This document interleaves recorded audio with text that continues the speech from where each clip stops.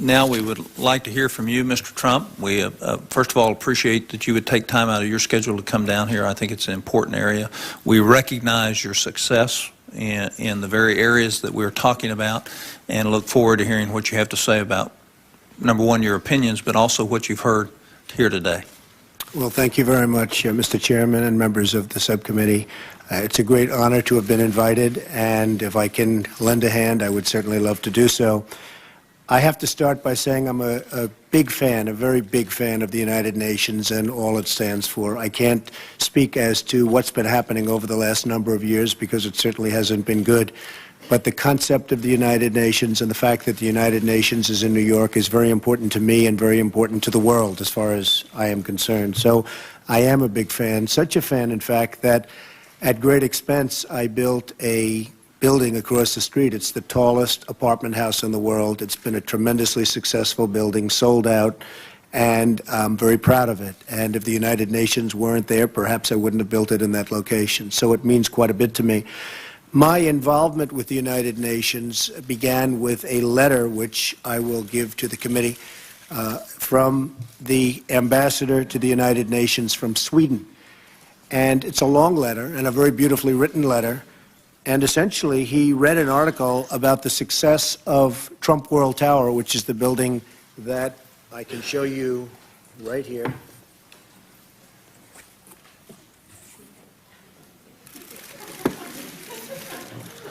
Which is, as you can see, very, very substantially taller than the United Nations, bigger than the United Nations. And he read an article in the New York Times saying that the building cost approximately $300 million to build. So he wrote me a letter and ultimately called me and said, is it possible that that building cost $300 million? Because it just seems so much bigger and so much better and so much more expensive and so much more luxurious. And how could you have done that for $300 million when at that time, Senator, they were talking about $1.5 billion to renovate the United Nations, and this was around December of 2000. And I said, well, there's only two reasons, either gross incompetence or something far worse than that. And you know what the something is, and that's corruption. Because there's absolutely no way that that building could have cost $1.5 billion to build. And I did a chart, and I looked at other buildings, and I heard the numbers today, and I'm very impressed with Mr. Burnham, but Mr. Burnham, it's not his business. Mr. Burnham is in a different business. And the man he hired, who has done some work, I guess, has just been on the payroll for 2 days. So perhaps he'll be a great genius, and he'll bring down the cost to what it should be, which I think is about $700 million tops, and that's complete. But I did a little chart, and I looked at buildings that were comparable that I built, and I looked at fees also, architectural fees. The architectural fee for this building, and you have to understand a residential luxury building is far more complex than an open-floor office building to build. It's much more. You have many more bathrooms, you have many more kitchens, you have many more rooms. It's more complex. Office building is essentially open space with subdividers. So I looked at it, and I added up some of my costs, and for Trump World Tower, across the street, built not long ago, I spent approximately $258 a foot. It's the tallest building, tallest residential building in the world. $258.32 a foot. I have 871,000 feet. It costs $225 million to build. Now, anybody that says that a building of renovation is more expensive than building a new building doesn't know the business, because you have a frame built, you have your foundations built, you have in many cases elevators that can be reutilized in their entirety but fixed. You have many, many components that can be used, and it only costs a fool more money. I did the Grand Hyatt Hotel from the old Commodore Hotel. I did Trump International Hotel and Tower from the old Gulf and Western building at 1 Central Park West, if you remember. I did the Trump Park Avenue building from the Delmonico Hotel. I love doing renovation because it costs you half. It doesn't cost you more, it costs you less, if you know what you're doing. Now, if you don't know what you're doing, it can be fraught with cost overruns, et cetera, et cetera. So I looked at a couple of other buildings. 40 Wall Street is a building which is unfortunately and sadly now the tallest building in downtown Manhattan, sadly because the World Trade Center came down. It replaced 40 Wall Street. It was actually the tallest building in the world for a period of 1 year, and then superseded by the Chrysler Building and then the Empire State Building. But downtown Manhattan, it was superseded by the World Trade Center. So 40 Wall Street's approximately 72 stories tall. It was a complete gut renovation, identical to what you're doing. We put all brand new windows, brand new everything in it. And I have a renovation cost of, let's say, $100 a foot if you add everything. And that would mean that your job would cost somewhere in the neighborhood of half the number that you're talking about, and even less. The way I look at it, the number that they're talking about, and I agree with Senator Sessions, is close to $600 or $700 a foot. They're not adding garages. And by the way, garages are very inexpensive to renovate, so that brings the number way down. They're not adding a lot of things that have to be added. When I went to see the administration and when I went to see Kofi Annan, I was actually quite excited because I thought that I could save this country, this world, everybody, including myself, a lot of money just by sitting down and having a meeting. Unfortunately, as our great senator to my right said, there was just no response. They didn't really care. It got a lot of press. I walked into the room and I sat down. I felt like a head of state. I was sitting with Kofi Annan, and a door opened, and there were literally hundreds of reporters taking my picture. I said, what are we doing? I just want to tell you, I can build a building a lot cheaper. And that was the end of it. I wrote letters, and you have copies of the letters. I wrote letters after the meeting. I thought the meeting went amazingly well. I was expecting a call the following day from, whether it's Kofi Annan or his people. At that time, it was a man named Connors. I met with Mr. Connors. Mr. Connors didn't know the first thing about what he was doing. He didn't know whether or not the curtain wall was going to be new, old, and didn't even know what a curtain wall was. I said, what are you going to be doing with the curtain wall? He said, what is a curtain wall? Now, he was in charge of the project. The curtain wall is the skin of the building. I said, will it be new or old? He said, I don't know. I said, are you using New York steam or are you using a new boiler system? He said, I don't know what New York steam is. It's a very common form of heating in the building. He had no clue. And the price at that time was $1.5 billion. I mean, I don't know why it came down because the world has gone up, but it came down. That was in the year approximately 2000 to 2001. So he didn't have a clue. I don't know if he's still there. Perhaps he is. The one thing I found him very, very good at is that he didn't want to lose control of this project. He was a man that absolutely wanted to keep control of the project, but he didn't have even the slightest inkling of what it was all about, knew nothing about it. He then told me that he may move people out, he may not move people out, he didn't know, he thought he might, he wasn't sure, he just didn't know. So I went through a whole list of questions for him, and then I realized that the United Nations is in serious trouble because the $1.5 billion that they were talking about, there was no way it was going to happen for that. And I say today that the $1.2 billion, which they brought down, even though it's basically the same work, and even though things have gotten more expensive. So I don't know why they brought it down, because I don't think they brought it down for any particular reason. But the $1.2 billion, in my opinion, I'll be sitting here in 3 years, and I'll be saying, and I'm going to predict that it'll cost over $3 billion, because they just don't know. I was very impressed with Mr. Burnham, but again, you have to deal in New York City construction to see what tough people are all about, to see what tough contractors are all about. And if you haven't done it, you're going to go to school, and they're just going to take you to lunch, and you're just not going to even know what happened. So this project at $1.2 billion will cost, in my opinion, $3 billion. In my own opinion, however, in my real opinion, it should cost approximately $700 million. I've been listening to a couple of different things. Number one, swing space. I don't think you need swing space. First of all, what landlord in New York is going to rent space for a year and a half or 2 years? Who's going to do that? You're going to give up a building for a year and a half or 2 years and say, oh, good, you just go in, mess up my building for a short term, and then move out. Nobody's going to do that unless they're totally desperate. And you don't have to be desperate in New York. It's the hottest real estate market in the world today, probably. And I'm saying, where are they going to find this space to start off with? It's going to be a disaster. And if you know New York City landlords, and some of you do, there is no worse human being on earth, okay? They are going to have more fun with these folks from the United Nations when it comes to signing that lease and the United Nations, their heads will be spinning. Assuming there's honesty, their heads will be spinning. So I don't know where they're going to get the space.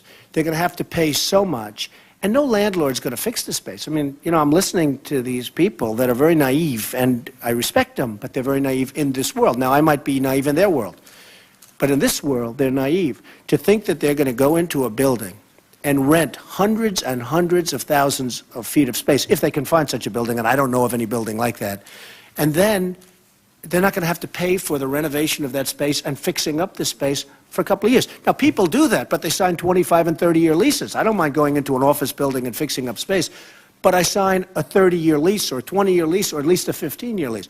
These people are going to sign a 1- or a 2-year lease. It's ridiculous. So the concept of swing space, in my opinion, doesn't work from an economic, and the number of $98 million is a joke, because that number will be hundreds and hundreds of millions of dollars in just the renovation cost alone. One of the things that I had mentioned to Kofi Annan and the whole group when I was at the meeting was that there is no reason to move anybody out. In New York City, we have a lot of asbestos buildings, and there's a whole debate about asbestos. I mean, a lot of people could say that if the World Trade Center had asbestos, it wouldn't have burned down, it wouldn't have melted, okay? A lot of people think asbestos, a lot of people in my industry think asbestos is the greatest fireproofing material ever made. And I can tell you that I've seen tests of asbestos versus the new material that's being used, and it's not even it's like a heavyweight champion against a lightweight from high school. But in your great wisdom, you folks have said asbestos is a horrible material, so it has to be removed. Space is constantly being renovated. Asbestos is constantly being gotten rid of with tenants in possession. You sit there. They wrap it. They conceal it. They do it. Many professional firms. They move the asbestos. Estee Lauder's company, they did it while they were in possession. I could name 100 tenants where it's been done while they sit in their offices, literally working. Sometimes it's done over weekends. Sometimes it's done at a little different time. They take sections of offices and they do it, and the people move from that section to another section, and they're inconvenienced for a day and a half. And then they rebuild the office. So the concept of moving to swing space, dealing with New York City landlords, is absolutely ridiculous. Absolutely ridiculous. Now, you can do the entire building. You can put new skin on the building. You can put see the piping, you don't have that much piping because the bathrooms are all centralized. You know, not every office has a bathroom. It's not like an apartment house. But you can do this entire building like I did the Grand Hyatt Hotel. I took the old Commodore Hotel and I made it into the Grand Hyatt Hotel on 42nd Street and Park Avenue. It was a great success. I did it with many buildings. I've done this with many buildings. But it's not necessary to have everybody leave the building in order to rebuild a building. And you don't have to necessarily even do it at one floor at a time. You can either fix the skin or put a new skin on the building. And what you do is you do the roof first and you seal it and you get a 30-year guarantee. You then and what I do best in life is build. Even better than The Apprentice, I must say. The thing I do best is build. But you put a new roof, as I did with the Commodore Hotel into the Grand Hyatt. You put a brand new 20 or 30-year roof that's a guaranteed roof. And now your roof is done, like an umbrella. And then you bring the skin down, and as you're bringing the skin down, you're taking the old skin off. So by the time, and you literally have very little gap, very little space, but you're bringing the new skin down, and it's just, think of an umbrella. You're bringing the brand, and you should put new skin. This skin has been up there for many 60 years. It's over. Now, you can copy the skin identically. You can copy the color of the glass identically. You can bring in all the modern technology, including triple pane or double pane glass in terms of heat and cooling and everything else. But you bring the skin down, and as you have scaffold, and as it's coming down, the old skin is coming off. Everything sealed up beautifully. In the meantime, inside, your pipes are going up, your asbestos is coming out, your electric is being redone. You have companies that do nothing but redo electric. Now, these are different companies. You have companies that do new electric, they wouldn't know how to redo electric. Then you have companies that redo electric, they don't know how to do new electric. I mean, it's just a specialty. But you have special people that redo apartments, which are being renovated all the time with people in possession, that redo all sorts of buildings. I just built a building on Park Avenue and 59th Street. I had tenants in possession when I did it. I mean, I built a major building, essentially brand new, the old Delmonico Hotel, And I had people living in the building when I did a major $100 million job. It's a $200 million building. So the concept of moving to another location and getting everybody out of this building is absolutely asinine and will cost you so much money you're not even going to believe it. And then you're going to have to move in.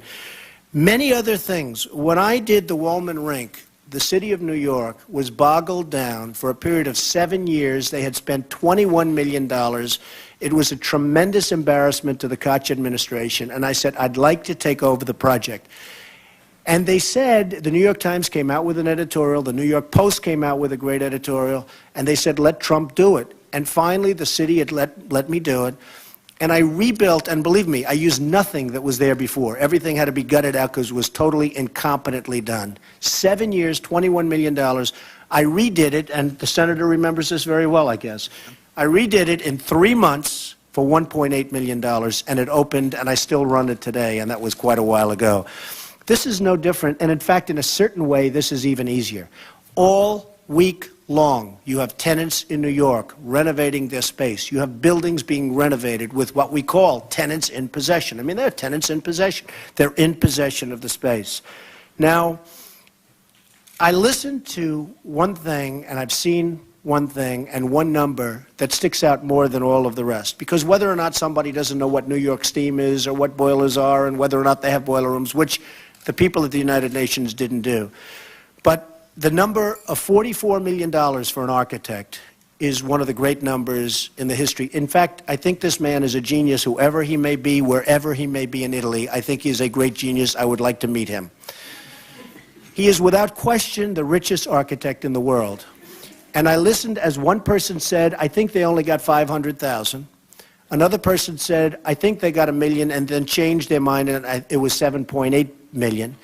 And then I listened to Senator Sessions, who actually did his homework, said they got paid $27 million because you were able to check the books. So they got paid $27 million. They haven't done anything. They don't even have plans. Nobody even knows what they're building, and they got paid $27 million. Now, I have respect for a lot of people, and I have great respect for architects, but I'm going to give you an example. The tallest residential building in the world, my architect got paid approximately $1.5 million. This architect got $44 million. A building at 40 Wall Street, my architect got paid, believe me, peanuts, I think less than $1.5 million. In Chicago, where I'm building a building of 92 stories at the old Sun-Times site, 2.7 million square feet, which is more than the United Nations. If you add up all of the projects that they're talking about, it's larger, substantially larger. I'm spending $600 million, and they're saying they're going to spend $1.2 billion. So they're spending much more. And this is a 92-story building with brand new structure, brand new foundations. I'm building all the roads. Mayor Daley made me build roads around the building. I had no choice. Otherwise, if you know Mayor Daley, you're not going to build the building. And he's a great mayor, but he made me do that. So all of this is $600 million, and they're spending 1.2. Now, there is no way they're spending $1.2 billion, in my opinion, and based on what I've heard. When they've spent $27 million and terminated the architect, there's big trouble. Because I don't think they have a new architect. So if they don't have a new architect, who's going to do the plans? And who's going to do the bidding? Because in order to do a job, you have to have a complete set of plans and specs.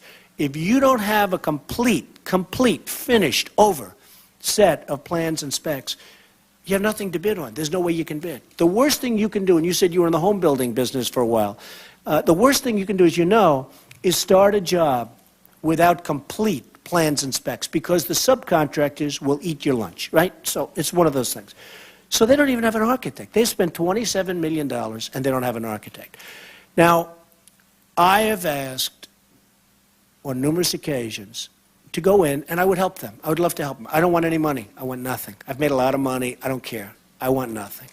There are lots of different, somebody said, what would be your dream on this site? Well, my dream is a dream that won't happen, but it's a dream that I might tell you. It's a dream to take the United Nations, the senator over here is probably going to go crazy, move it to the World Trade Center as a brand new United Nations, sell the United Nations site, which is one of the greatest sites in the world, for much more money than the whole thing would cost, and you end up building a free United Nations at the World Trade Center, where I don't think anybody's going to want to stay anyway. I think it's going to be a very, very hard rent-up at the World Trade Center. But let's assume that's not going to happen. Not a bad idea, though. He's got no problem with it. Not too bad. He's got no problem. And Kofi- most people don't have it. Kofi Most Annan people... on the top floor. Okay, I won't get into it. I didn't say that. But the fact is that the United Nations building, with all of its buildings, with its parking, should be completed, and I mean completed, at a cost of $700 million. And it's my opinion that it will not be completed for less than $3 to $3.5 billion. They don't know what they're getting into. And please remember this, as somebody that's probably built as much as anybody my age anywhere, I don't know of anybody that's built more, if you don't have a complete set of plans and specifications, there is no way you can build. And from what I understand, they don't even have an architect. One final point. They give you some nice firms, Turner and this one and Theobald and Gardner and Theobald and all. The fact is that I can take those same firms and tell them the way I want it built, and those same firms will come up with prices that are half the price that they're coming up with. They're being told what to do by people that don't know what they're doing. So if I take Turner Construction, which is fine, or if I take a couple of others, and by the way, when I say fine, fine, but Rolls-Royce, they spend money. But if I take a couple of those firms, and if I show them the right way to do it, and if I lead them down the right way, which is really what a good developer does, that number that they're coming up with will be cut in half. So that's it. Congratulations. You've got yourself a mess on your hands. And it's only going to get worse. Mr. Trump, thank you very much. Let me ask you a couple of questions. Your renovation cost per square foot on an average building, and let's say with asbestos decontamination, abatement, what is it, $100, $150? I think any professional, I was speaking to somebody very professional, Richard Lefrak, before. He said he just gave out an architectural contract on a 1,000,000-foot building for $1.5 million, okay? Not $44 million, 1.5. So it's the same size, $1.5 million. I would say that if you, because of the United Nations in terms of security and some enhanced needs, okay, let's assume it's beyond even your normal high-grade office building, which it's really not. Essentially, it's an office building. But let's add something for security. I would think you should easily do it for $250 a foot, easily.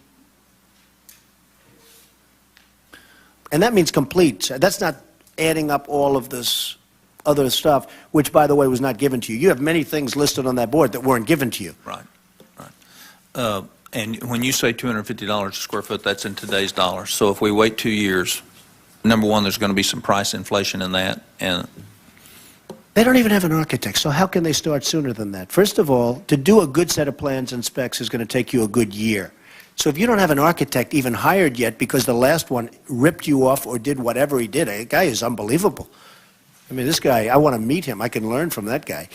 But so you have a man that got paid $27 million that you're not going to use. So now let's assume you have to start all over because no architect's going to take over somebody's plans in the middle of it. You just don't want to do that, okay?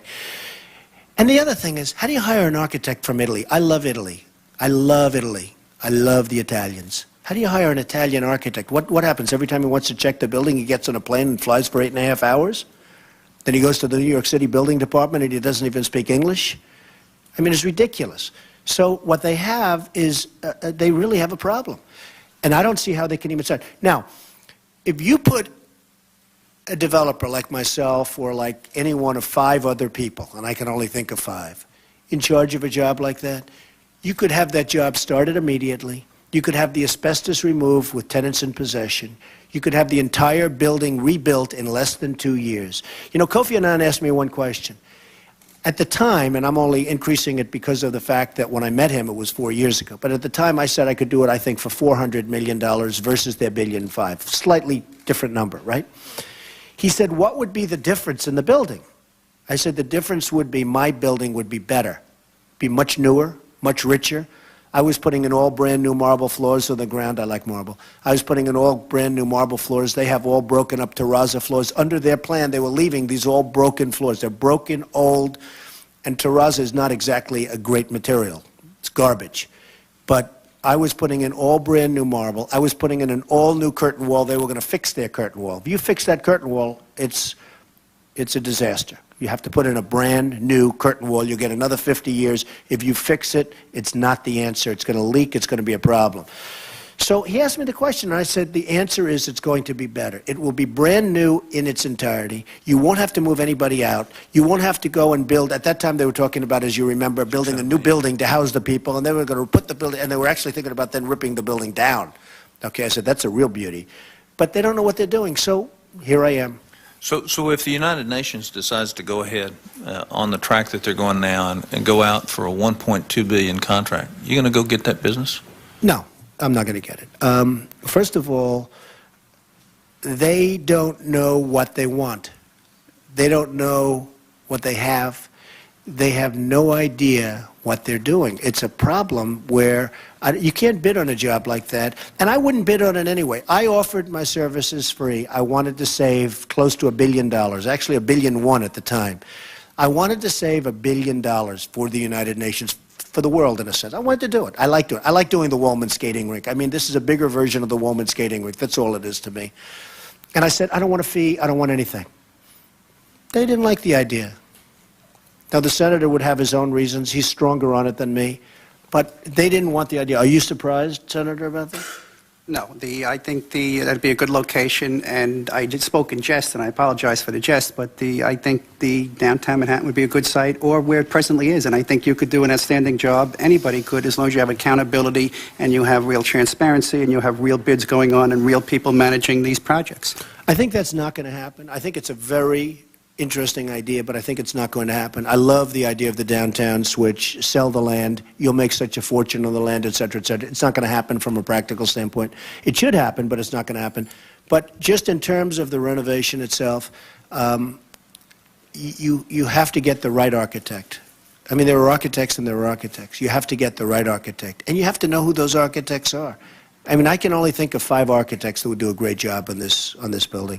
You have to know who the architects are. You have to get your plan started.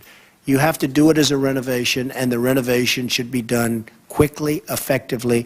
And in my opinion, by the end of 2007, this whole job should be complete. Complete. It can be started immediately because of the fact that you're doing it the way I'm saying. Within 3 to 4 months of planning, you can start your contracts without extras. In other words, you can start what I call hard contracts, contracts without fluff and without extras. I think the entire job can be done by the end of 2007. I promise you, Senator, they won't even have the people moved out by 2007. One little follow-up. They gave us $1.2 billion, $482 million going to labor and materials, and $471 million set up for contingency and professional fees. Nobody's ever heard of such a number. In your experience, when you plan a project, what do you figure for a contingency fee? The whole thing, the cost overrun, right, liability, the whole work. What do you figure? Well, their contingency number was what, 400 and some odd million dollars? Yeah, it's $471 million. Craziest number I've ever heard. My building in Chicago is $600 million. I believe we have a $30 million contingency, and of the $30 million, if I use any more than 3 or 4, I'm going to be very angry at my people. That's a 92-story building. I have a $30 million contingency, and I don't expect to use it. I set aside $30 million.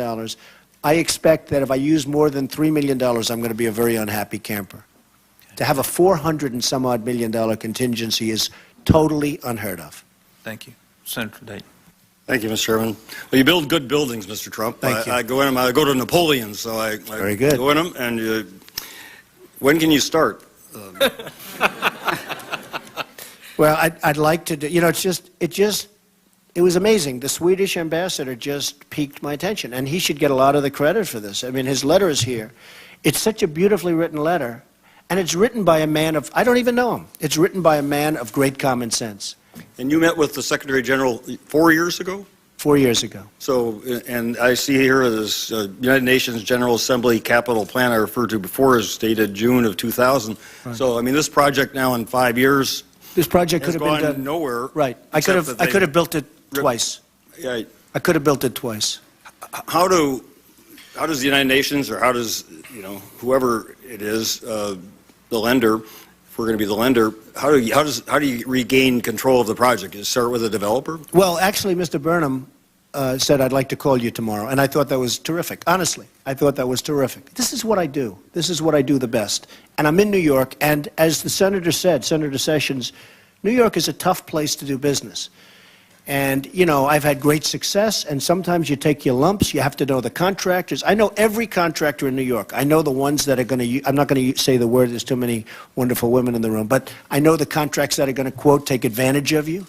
I know the contracts that are slow, contractors. I know the contractors that are fabulous, that don't ask for extras. I know all of them. I know the good ones and the bad ones. I told a friend the other day, he was doing his apartment, he told me the contractor. I said, don't use him. This was about a year ago. He got killed by this guy. He got killed. I said, use somebody else. He came to me the other day and said, I should have taken your advice. The United Nations people don't know. We have major slime in New York. And much of that is in the form of contractors. Isn't that a sad thing to say? And every one of them, I guarantee you, will find their way to the United Nations. Well,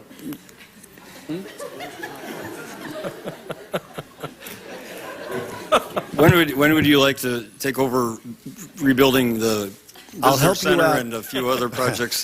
That's true. No, thank you. You've had your own difficulties with, We have, with that. I know that. but it shows what the difference between someone who knows what he's doing and people who don't. And thank you very much. Thank you, sir. Thank you. Senator Sessions. Mr. Chairman, thank you very, very much for caring enough about the American taxpayers' money to have this hearing, and I think you've got 40-something planned. He is a fresh breath of fresh air for this Senate, and it ought to embarrass all of us because all of us have oversight committees that are not doing a very good job.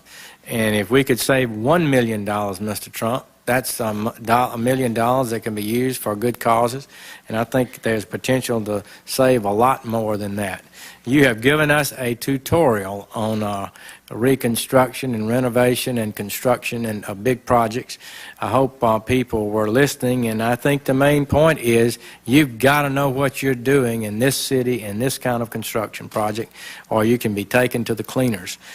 Your contributions are going to help us save money, and I believe help us have a better UN building. And that's, you wouldn't have said that if you didn't believe in the institution and want it to be better and want it to have the best building it can and the best balance sheet it can. So I just want to thank you for it, and we'll note that you said it could be completed by 2007. The plans are at this date to begin moving people out by June 2007. And so once again, we've got longer time frames and more cost. Again, I want to thank you for your courage, your willingness to speak out on an issue that a lot of people would have avoided, but you brought your expertise to bear and I believe will help the UN do a better job. Thank you very much. Thank you, sir. Great honor. Mr. Trump, if someone in your organization paid twice the amount for a project it cost, in 2 words or less, what would you say? You're fired. Mr. Chairman, we're dismissed. Good job. Thank you. Thank you. Good job.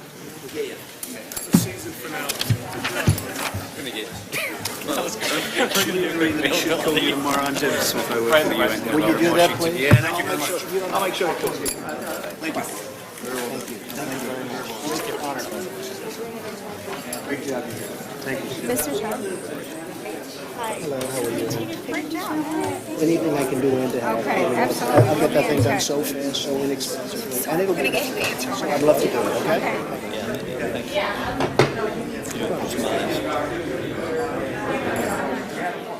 Yeah, we're not going to make this. That's good. I think this new guy, he can just start and he can speak. This may help him get started afresh. Well, if you get me involved in that, I'll make sure I watch your money. I don't want anything, but I'll watch your money. It looks like we don't have any. No questions?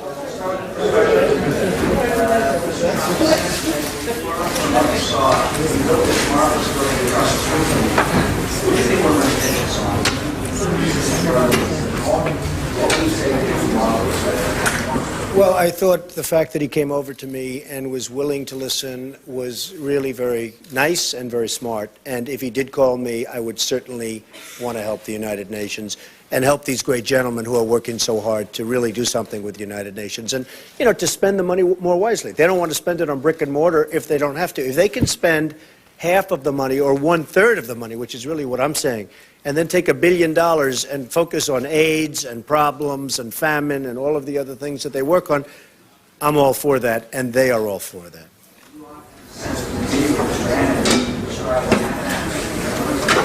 Well, it was nothing much. I mean, I received a letter, and the letter was, well, we're looking into things, et cetera, et cetera. So I was a little disappointed, to put it mildly. I thought he was going to call and say, get over here. These guys would have called and said, be over here tomorrow morning at 7, not 8, 7.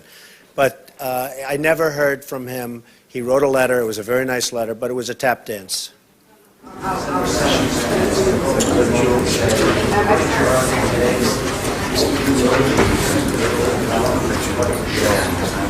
I think, one, there ought to be a complete stop until they've really looked at this.